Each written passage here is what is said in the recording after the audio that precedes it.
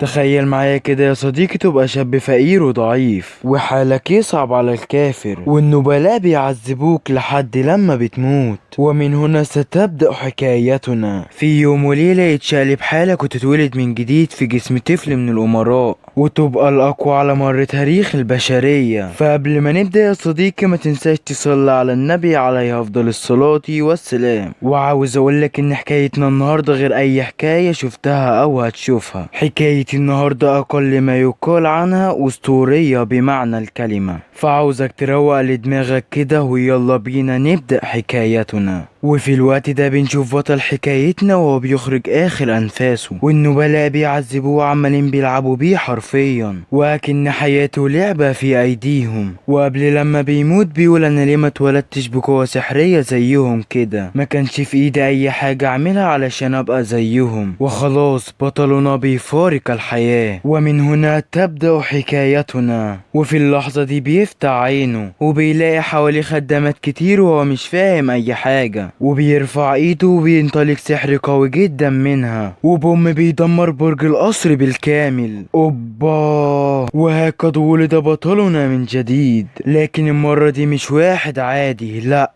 ده بيكون الامير السابع ماتيو، ودي الحياة اللي كان طول عمره بيتمناها. وبنعرف اول ما اتولد ماتيو قعد يقرا في كتب السحر، وكمان اطلق سحر قوي جدا، وده كله هو لسه مولود. ودي طبعا اكبر صدمة لكل المملكة. وهنا ماتيو هرب من الخدم وراح على مكتبة القصر، واللي فيها اسرار كبيرة جدا عن السحر. وبنعرف ان ماتيو مهووس جدا بدراسة السحر. وفي اللحظة دي بتيجي واحدة، ودي بتكون معلمته سيلفا، واللي تعتبر من اقوى المقاتلين في المملكة بالكامل، وبيتدرب ماتيو على مبارزة، وماتيو بيكون مواكبها بالعافية. ودي طبعا اكبر مفاجأة، لان ماتيو لسه طفل ومواكب اقوى فارسة في العالم. وفي اللحظة دي ماتيو بيستخدم السحر وبيطول سلاحه وبيعزز من قوة جسده، وكمان بيطير سنة من على الأرض وبيهجم عليها بقوة، وبيتبادل معاها ضربات قوية جدا، وبيتحرك بسرعة جدا وبيهجم عليها من ظهرها، وبوم بتتصداله وبتقوله انت بتغش مش كده يا ماتيو؟ اوبا، قفشتك يا معلم وانت بتستخدم السحر. بس بتنبهر جدا منه، بتقوله استخدمت سحر الطيران وطولت سلاحك، انت عبقري جدا يا ماتيو، حتى اقوى المقاتلين في العالم ما يعرفوش يستخدموا تعويذتين في وقت واحد. اوبا بابا، ماتيو بيقول لنفسه الحمد لله ان هي معرفتش اني استخدمت 4 تعاويذ مش 2 بس، يا ابن اللعيبة يا ماتيو. وبيمر الوقت وهنا بنعرف ان في القصر ده في مكتبة سرية تحت الارض، ولا وايه كمان في شيطان مختوم جواها، الشيطان غريم وار. واول لما ماتيو بيسمع الكلام ده بيروح جري للمكان ده وبيلاقي فيه حراس بيحرسوه، فبيفعل تعويذة اختفاء على نفسه وبيقرب من الحراس، وبيسمع واحد وهو بيقول للتاني خليك مركز عشان بيقول ان جوه المكتبة دي في سحر قادر ان هو يزلزل المملكة كلها في غمضة عين، وكمان بيكون في شيطان قوي جدا مختوم جواها. وفي اللحظة دي بيدخل ماتيو بينهم، والحراس لا حياة لمن تنادي. الحارس بيقول حتى لو حد عدى المكتبة مقفولة بختم، مفيش حد في العالم ده يقدر يكسره. بس طبعا كل ده ولا يفرق مع عم ماتيو، بيطلق سحر وبوم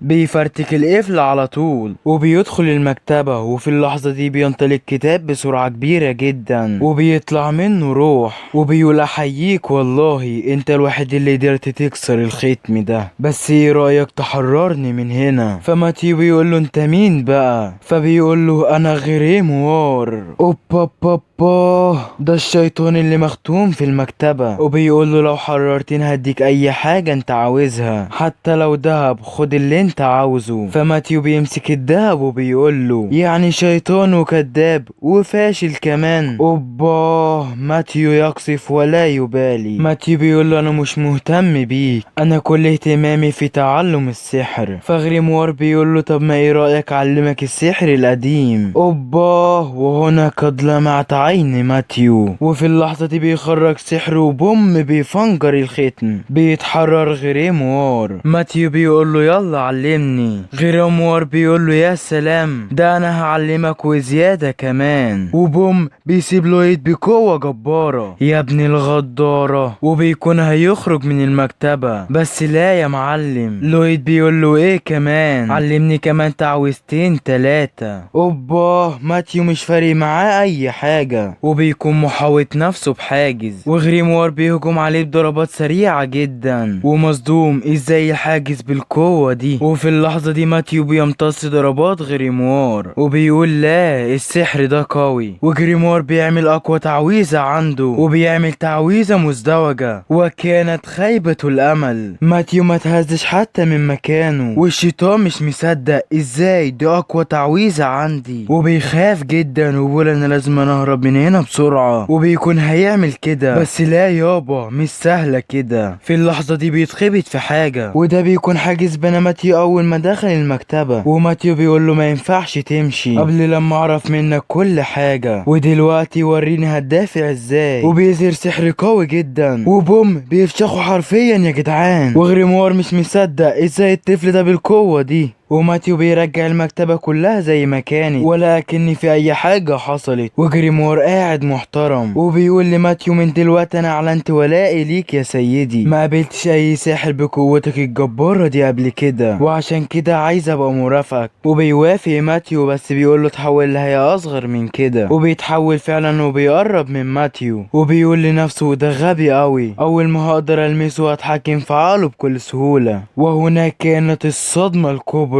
جريمور اول ما بيلمس لويد بيترعب جدا، وشاف اكتر مشهد مرعب في حياته. قوة سحرية مرعبة لاقصى درجة، قوة مجنونة بالمعنى الحرفي، فبيخاف جدا. فماتيو بيقول له من النهاردة هقولك يا جريم اسهل من اسمك ده. وجريم بيقول لنفسه احسن حاجة اعملها ان اطيع الكائن ده، والا مش هيرحمني. وبيمر الوقت وهنا ماتيو قاعد في المكتبة، فبيجي اخوه الكبير وده الامير ألبرت، وبياخده معاه للتدريب، وبيصوب ألبرت على الأهداف وبيسيبهم كلهم بكل دقة. وبيجي دور ماتيو وبيقول أنا مش عايز أجذب الانتباه، وعشان كده هقلل قوتي بنسبة 99%، ويدوبك أحفف كل الأهداف. فجريم بيقوله أنت عبيط، ده أصعب من إصابة الأهداف أصلا. بس الصدمة إن لويد بيعمل كده فعلا. بس في اللحظة دي أخو ماتيو حس بحاجة غريبة. أوبا، ده باين عليه كده قفش لويد. وبعدها بيمشي، وماتيو بيقول لجريم انا عايز انفذ تقنيتك وهي التعويذة المزدوجة. فبيقول له مستحيل، الشياطين بس هم اللي يعرفوا يعملوها عشان نقدر نعمل كذا نسخة مننا. فماتيو بيضحك وبيمتص غريم جواه، وبيقول له هنعمل التعويذة مع بعض هتعرف. فبيقول له عيب عليك، ده انا شيطان جامد مش هزق زي ما انت فاكر. وبيبدأوا وجريم بيتصدم وبيخاف جدا، وبيقول للماتيو يا ابن عقلي ينفجر، ايه كل التعويذ اللي انت بتلقيها دي؟ فبيقول له عادي، دي مجموعة كده من شوية تعويذ، يا دوبك كده 100 تعويذة. وكانت الصدمة. فجريم بيقول له لا لا، انا اخر 2 3. فماتيو بيتحكم في بق جريم وبيبدأ في القاء التعويذة، وبتنطلق قوة جبارة جدا. وجريم مصدوم، انت بتعمل ايه؟ مش معقولة، ده بيدمج تعويذتين من الفئة الاسطورية وبيظهر قوتين مرعبين حرفيا. وماتيو بيضحك، اذا هذه هي التعويذة المزدوجة. وبيقول خطر جدا اوجه التعويذة دي في اي حتة، وبيوجهها للسماء. اوبا بتنفجر قوة جبارة جدا بتزلزل المملكة بالكامل. ماتيو مجنون بمعنى الكلمة يا جدعان. لو وصلت وعلى جانب اخر بيقول احدى الوزراء لألبرت انت ليه مهتم باخوك لويد كده؟ فبيقول له لويد عبقري من اول ما اتولد، وكمان حاجة الاهداف اللي حفها دي هو كان قصده يعمل كده، وانا عارف اخويا كويس واحتمال كبير في المستقبل يبقى احسن واقوى ساحر في العالم. فالوزير بيقول له لا مستحيل، وبيبص للشباك وبيقول هي الدنيا ليلت بدري ولا ايه؟ لا يا معلم، ده من رعب وقوة لويد عمل فجوة في السما ويدمر بينهار المكان كله، وجرين بيكون مرعوب مش مستوعب اللي بيحصل. حق والله انا كمان مش مصدق. وبعد يوم بينتشر ظهور فجوة كبيرة جدا في السماء، وكل ده ولويد لسه بيجرب قوته. شكلنا كده يا صديقي هنشوف اقوى عظمة قدام. وفي اللحظة دي لويد بيشوف خبر بيقول ان في احدى مغامرين اكتشفوا ديماس. فلويد بيقول صحيح انا عايز اروح ديماس، انا ما رحتهوش قبل كده. فجريم بيقول له انت تخرج بره القصر ازاي؟ بس لويد بيستخدم تعويذة وبيعمل نسخة منه طبق الاصل، وبيقول بس كل ده مش كفاية، وبيدمج روح جريم في الجسم الجديد وبيخلي جسمه مدموج جواه زي ما هو علشان يعرف يتواصل معاه. وفعلا لويد بيخرج بره القصر، وفي الوقت ده لويد بيشوف وحوش بتجري ورا بنت، وبوم بتهجم بسرعة كبيرة على اول واحد وبتروح على التاني والتالت وبتقضي عليهم. بس بيظهر واحد من وراها، لكن هي بتظهر مهارة قوية وبوم بتفرتكه في لمح البصر. ولويد بيكون بيراقبها ومصدوم من قوتها وعينه على التقنية اللي هي بتستخدمها دي. وبيقول لويد باحتمال كبير هي بتستخدم اسلوب الكي، والاسلوب ده بيحوله في تنفسهم لقوة سحرية جبارة جدا. وفي تلك اللحظة البت بتحس بوجود حد بيراقبها وبتقول له اخرج انا شايفاك، وبيكون رايح يهرب لكن هي بتتحرك بسرعة كبيرة جدا ناحيته. لويد بيغير شكله وبيقول لها انا اسمي روبرت، وبيكون لويد دمج شكله مع شكل اخوه البرت ويطلع الشخصية دي. والبنت بتنبهر من جماله وبتقول له انا مغامرة وبمارس الفنون القتالية واسمه هو تاو. فلويد بيقول لها ايه رايك نروح ديماس مع بعض؟ فبتوافق وبتوديه فعلا، وبيدخلوا تاو بيكون عمال تخلص على الوحوش اللي بتقابلهم وبيقعدوا يستريحوا شوية. ولويد بيطلب منها ان هي تعلمه اسلوب الكي اللي هي بتستخدمه، فبتوافق ان هي تعلمه. وفي اللحظة دي لويد بيحاول يستخدم اسلوب الكي وهي قاعدة بتتكلم وبتقول له انه تعلم الكي صعب ومحتاج تدريب كتير، وبتبص له. وهنا كانت الصدمة، لويد طول ما هي كانت بتتكلم كان عمال بينفذ اسلوب الكي، وايوه بيعرف يستخدم اسلوب الكي وبيحس بقوة جبارة جدا وبيقول ايوه هي دي. بس في اللحظة دي بيحس بألم جامد جدا في صدره، وده بيكون بسبب ان هو مش متعود عليه. وتاو مصدومة من سرعة تعلمه وبتقول له فلو كنت عايز تتعلم للدرجة دي فلازم تواظب على التنفس ده طول الدماس. وفعلا بيبدأ وبيمر الوقت وتاو بتطلق قوتها وبتقضي على زعيم الدماس، وبتقول للويد احنا دلوقتي خلاص خلصنا الدماس ومش باقي حاجة غير ان احنا نفتح صندوق الكنز. وبيروحوا فعلا للصندوق وتاو بتفتح الصندوق، وفي تلك اللحظة بتظهر حاجة وبوم بتكون هتقضي على تاو. بس في اللحظة الأخيرة لويد بينقذها، وهنا بقى بيظهر الخطر الحقيقي. بيظهر كائن مرعب جدا وتاو بتتصدم، مش معقولة ازاي دماس ضعيف زي ده يكون في كائن الليتش؟ حتى اقوى المقاتلين مش بيعرفوا يقتلوه. فلويد بيسأل تاو عن ايه هو الليتش ده، فبتقرب عنده بسرعة وبتخرج سحرها وبتقول له انا اسفة. بتطيره بعيد بقوة جامدة جدا وبتخرجه بره المكان. اوبا تاو بتخطط ان هي تضحي بحياتها وتقاتل الليتش عقبال ما يهرب لويد من هنا. وفي الناحية التانية لويد بيقول هي ليه بعدتني بعيد عنها، وبيكلم جريم وجريم بيقول له يا لويد ارجع بسرعة علشان المعلمة سيلفا هتكشفني. نرجع تاني لتاو اللي حرفيا بيكون متدغدغة وبتقول لنفسها انا مستحيل اقدر اهزم الكائن المرعب ده، وبتكون بتحاول تهرب. لكن في اللحظة دي بيتكلم الليتش وبيقول تقنيات الكي تقنيات حلوة بس ما هي الا مجرد شكل مش اكتر. انا بقالي الاف السنين هنا وانتم ما هي غير وجبة بحل بيها بعد الاكل، وانت مش جديرة حتى عشان اكلك. بس الشخص اللي موجود معاكي قوته جبارة، هقتلك واروح اخلص عليه. ولسه ما كملش كلامه بتهجم عليه تاو بسرعة وقوة كبيرة جدا، بس بيصد ليها بالحاجز وبتغضب وبتهجم عليه ضربات كتيرة جدا وبوم بتكسر الحاجز وبتسيبه بضربة قوية جدا. بس خلاص بتكون استخدمت كل قوتها ومش قادرة تتحرك، والليتش بيظهر فوقها وبيقول لها زي ما توقعت انت ضعيفة جدا، قوتك دي كلها بتمثل بس صابع واحد من قوتي السحرية. معقولة خلاص كده تاو ماتت؟ لا والله. في اللحظة دي بيكسر هجوم الليتش وبيظهر لويد وبينقذ تاو تاو وبيقول انا عايز اروح بسرعة، علشان كده اخلص الحوار ده في ثانية، بس مفيش مانع العب معاك شوية. اوبا لويد كده باين علينا وعلى خراب يا جدعان. وفي اللحظة دي بوم بيظهر لويد ورا ليتشي في لمح البصر،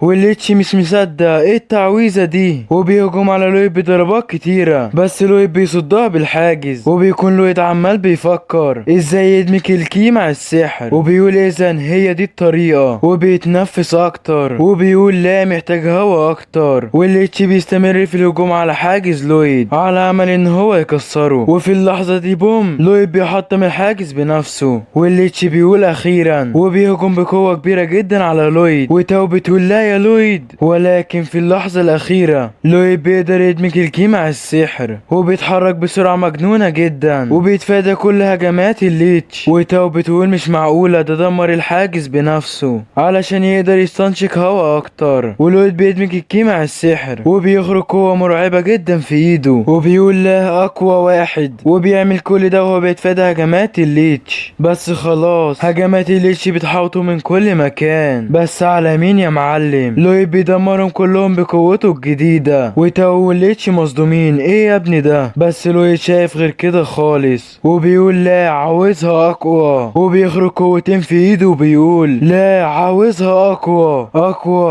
اقوى اكتر، وبيهجم بضربات كتيرة جدا وبيدمر كل هجمات الليتش، وبيضحك وبيقول يلا كمل لسه عندي كتير اجربه. والليتش مصدوم مش مصدق ازاي تقنيات الكي تقدر تسد سحري، لا دي اقوى من سحري كمان. ولويد بيخرج سحر جبار جدا وبيقول هي دي، والليتش بيحاوط نفسه باقوى حاجز عنده، ولكن فات الاوان. لويد بيفلقه نصين حرفيا. يا فخامتك وجمدانك يا ابني، عظمة على عظمة والله. وتاو مش مستوعبة ايه كل القوة الجامدة دي. وبعدها بيفتحوا الصندوق وبيكون فيه سكينة سحرية، فتاو بتقوله مش قوية، تلاقي الافتتان بتاعها مش مميز قوي. والافتتان ده هو اسلوب سحري بيستخدموه بعض السحرة على الاسلحة علشان يضيفوا لها قدرات خاصة. وفي اللحظة دي بتكون الارض بتبلع الصندوق، فلويد بيقول ايه اللي بيحصل؟ فتاو بتقوله ده اللي بيحصل لما بتكتشف ديماس، الارض بتبلع الصندوق والديماس بيتدمر. فلويد بيقول ايوه يعني الصندوق ده مركز الديماس، وبيحاول يشده من الارض. وتاو خايفة جدا وبتقوله يلا يا ابني نهرب بسرعة. ولويد بياخد الصندوق وبيخرجوا من الدماس قبل ما يقع فوق دماغهم. وفي الوقت ده لويد بيقول لتاو صحيح انا عايز اروح بسرعة، وبيودع تاو وبيطير بسرعة كبيرة جدا. وتاو بتقول يا دي المصيبة معرفتش هقابله تاني ازاي. وهنا لويد وصل للقصر وبيدخل اوضته وبيلاقي جريمي مرمي في الارض، وبتكون المعلمة سيلفا كانت بتدربه ودغدغته على الاخر. ولويد بيخرج السكينة اللي خدها من الدماس وبيعمل عليها تجارب وبيحطها في مية سخنة وبيستخدم سحر الكشف، وفجأة بيظهر عليها رموز سحرية، وده بيكون سحر الافتتان اللي معمول عليها. ولويد بيخرج منها جوهر المانا، وده المكون الرئيسي اللي بيتعمل بيه الافتتان. وبيقول بس بالكمية القليلة دي مش هقدر اجرب الافتتان اكتر من مرة، وعلشان كده بيخرج سحره وبيحلل اجزاء المانا وعرف هو بيتصنع من ايه. ولحسن الحظ لويد جاب معاه النواة الا وهي صندوق الكنز، وبعدها لويد بيجهز كل المكونات وبيصنعها فعلا. وبعدها بيروح لألبرت وبيطلب منه اسلحة كتير عشان يجرب عليها سحر الافتتان، والبرت بيخلي الحراس تديله اسلحتهم، وفعلا بيعملوا كده وبيكونوا زعلانين جدا. وواحد بيعيط وبيقول انا لسه شاري جديد وعليه صوت والله، معقولة في امل ان هو ما يتدمرش؟ فواحد تاني بيقوله ده في الحلم الافتتان اصعب سحر في الوجود، ونادرا جدا ان في حد يقدر يستخدمه. لا وايه كمان ده طفل عنده 10 سنين هو اللي هيجرب على الاسلحة بتاعتنا، فيعوض عليك ربنا بقى. وبعدها لويد بياخد السيوف وبيبدأ في افتتان اول سيف، وجريم مش مستوعب ايه الولا المجنون ده بيحط طبقتين لا 3 لا اكتر، وبوم السيف بيتدمر. ما هو اكيد مش هيستحمل كل ده وبيجرب في اللي بعده يا هناه يا سعده. وبعد محاولات كتير بينجح فعلا، وبتمر الايام واخيرا لويد بيخلص السيوف وبيروحوا يوريهم لألبرت. وكانت الصدمة من بين 120 سيف 50 منها نجح، وده بقى رقم اعجازي مفيش حد في العالم قدر يعمل كده. ولويد بيقول لنفسه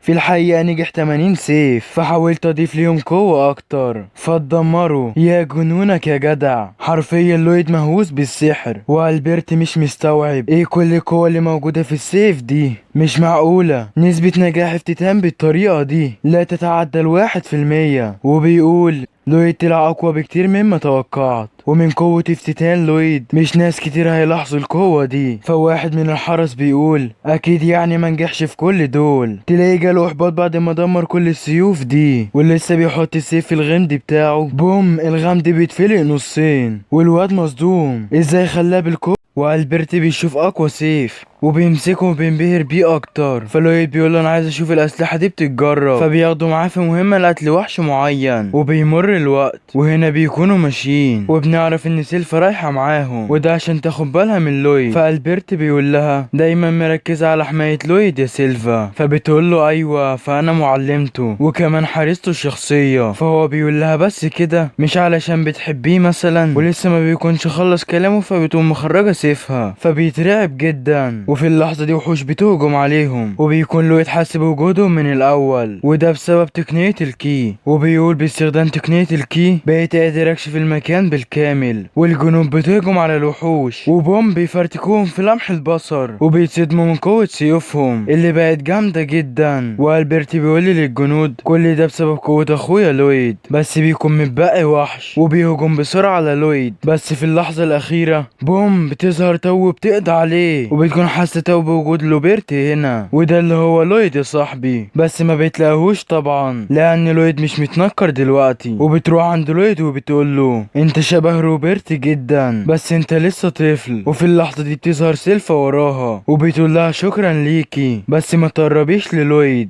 وبيكون الاتنين مش طايقين بعض، بس البرت بيخش في النص وبيهديهم وبيدعي تاو ان هي تيجي معاهم وبتوافق. وبيمر الوقت وهنا كل الجنود بينصبوا خيامهم، والبرت بيشكر تاو على مساعدتهم في القضاء على الوحوش وبيقول لها انا البرت الامير التاني. فبتتصدم وبتقول البرت ده شبه لوبرت بس مش هو. وبعدها سيلفا وتاو بيتخانقوا على لويد، ولويد قاعد مع البرت بيتفرجوا عليهم. وفي الوقت ده لويد بيحس بحاجة جاية وبوم بيظهر ذئب عملاق جدا، وهو ده الوحش اللي البرت كان عايز يقتله. والجنود بيهجموا على الوحش لكن مش قادرين عليه. وفي اللحظة دي تاو بتسيبه بضربة قوية وبتجيبه الارض، وبعدها بيتحرك البرت وبيستخدم سيفه وبيخرج سحره، وبوم بيطلع سحر جبار جدا وبيفرتك الذئب في لمح البصر، وبيكون مصدوم من قوة مرعبة لسيفه بعد ما لويد عمل عليه الافتتان. وفي وسط ما كله فرحان بالانتصار جريمبي بيقول للويد خلي بالك انا افتكرت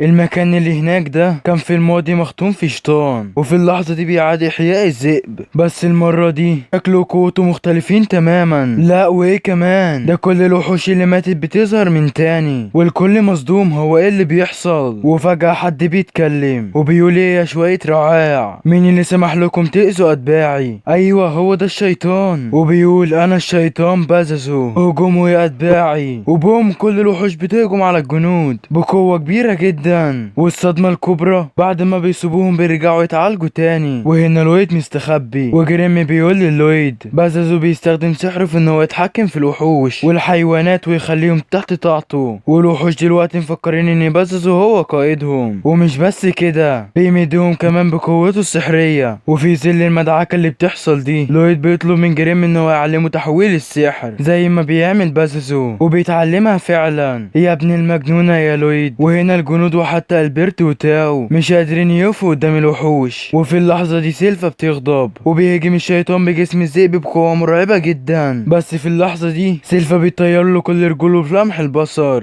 اوبا جبارة سيلفا دي والله. والشيطان بيركز كل قوته عشان يحيي الذئب، وفجأة كل الحيوانات ما بتتحركش وتجدد جروحهم قل، وده كله بسبب ان بازوزو مركز كل قوته على الذئب. والبرت بيقول لسيلفا سببي له اقوى ضرر ممكن، وبالفعل سيلفا بتفشخه حرفيا وبتاخد سيف من اللي فتنهم لويد بسحر الافتتان. وفي الوقت ده بازوزو بيتحرك بسرعة كبيرة جدا حوالين سيلفا وبيهجم عليها وبيمسكها. معقولة خلاص سيلفا ماتت؟ لا يا صديقي دي سيلفا بتدخله جوه وبوم بتفشخه نصين حرفيا وبتنط عالي جدا، وبوم بتنزل عليه بهجوم جبار جدا بيفرتكه. وبتخرج بازوزو وبتجيبه في الارض في لمح البصر بتظهر وكله مصدوم من قوتها الجبارة وبتكون خلاص هتقضي عليه. بس في اللحظة دي بازازو بيضحك وبينشر ضباب في كل مكان وبوم كل اللي بيشم الضباب بيقع مرمى على الارض. حتى سيلفا قوتها بتضعف جدا وبتقع على الارض وبيكون اتكسر ختم بازازو وخرج بجسمه الحقيقي وبيتضايق وبيسيب سيلفا بضربة قوية جدا وبيطيرها في البحر وبتكون سيلفا خلاص مش قادرة تتحرك وبيهجم عليها بقوة كبيرة جدا بس بتيجي تو وبتحميها وبتاخد الضربة مكانها وسيلفا خلاص بيغمى عليها وبتكون تو هي الوحيدة اللي قادرة تصمد بسبب استخدامها لأسلوب الكي. وبوم بيظهر بازازو وراها وبيقول لها انا لو منك اهرب بسرعة وبتسيبه برجلها ولكن ولا اي حاجة بتأثر فيه. بيمسكها وبوم بيكسر كل ضلوعها بضربة واحدة بس وبتغضب تاو جدا وبتخرج كل قوتها وبتسيبه بضربة مرعبة جدا بس قوتها بتخلص والوحوش بتمسكها وبازازو بيركز قوته عليها وخلاص تاو مش قادرة تصمد اكتر من كده. معقولة دي النهاية؟ تاو بتقول اخر كلماتها ايوه كنت عارفة انك موجود. فبازازو بيقول لها انت عبيطة بتتكلم عن مين؟ فبتقول له اللي هيفشخك دلوقتي والوحش بيبلعها. وفي تلك اللحظة ها قد اتى اخيرا لويد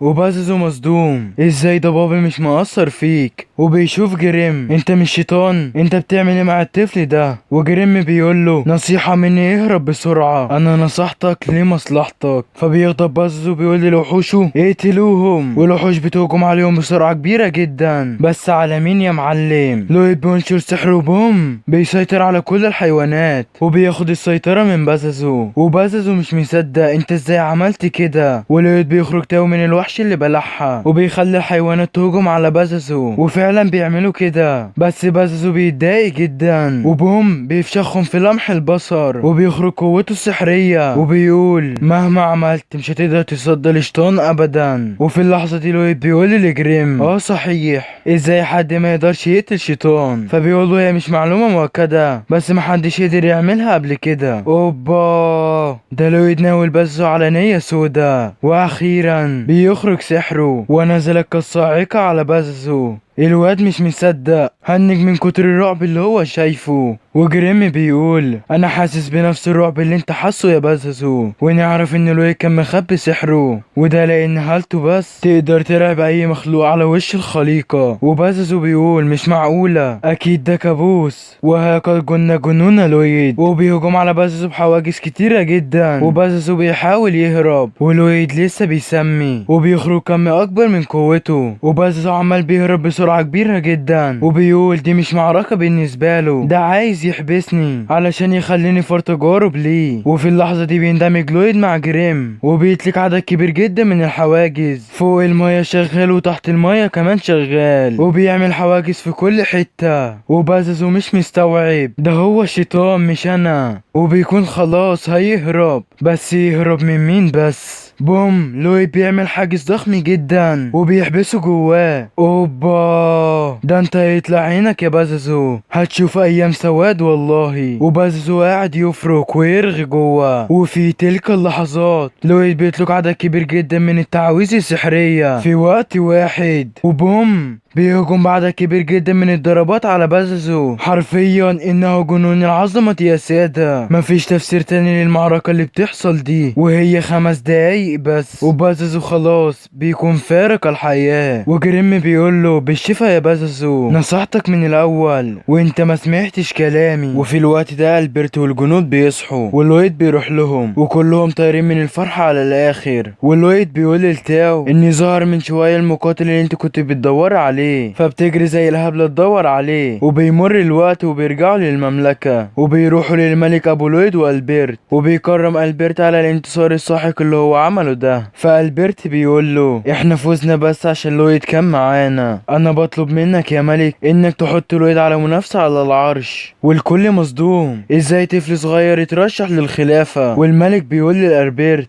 معنى كده ان هيكون لك منافس جديد يا البرت. فبيقول له عادي، فمش معنى ان انا بدعمه يعني كده هخليه يفوز عليا. فبيقف الملك وبيقول للويد قول لي قرارك، هتنضم للمنافسه وتنافس على العرش في جانب اخواتك؟ وطبعا لويد بيصدمهم كلهم وبيرفض، وده لانه مش فارق معاه اي حاجه من دي. كل اللي عايزه هو قوه سحريه بس، مهووس بالسحر على الاخر. وبيمر الوقت وبنعرف ان لويد خد معاه واحد من الحيوانات اللي كانوا في المعركه، وده بيكون كلب اليف وهيربيه معاه في القصر. وبتيجي سيلفا وبتقول للويد سميته ايه بقى؟ فبيقول لها شيرو، وبيسألها وبيقول لها انا عايز اعلمه حاجات كتير بس ما تعرفيش ازاي اتواصل معاه. فبتقوله ده من اختصاص مروض الحيوانات. وهنا البرت والملك واقفين وبيتفرجوا على لويد، والبرت بيقول للملك لويد موهبة وعبقري جدا. فبيقول له متشوق جدا اشوف مستقبله. وبعدها لويد بيحاول يعلم الكلب شوية حركات بس اخره يتعلم شوية حركات بسيطة. وبيقول لويد مش عارف ازاي يعلمه يعمل حركات صعبة. فسيلفا بتقول له الواحد اللي هيبقى عارف الكلام ده هو خبير حيوانات. وبتقول له انا عارفة حد هيقدر يعلمك. وبيروحوا لحديقتها، ودي بتكون اخت لويد الاميرة السادسة اليزي، واكبر من لويد ب3 سنين. ولويد بيقول لجريم زي ما انت شايف كده هي بتحب الحيوانات جدا. وفي الوقت ده بتيجي اليزي وبترحب بلويد.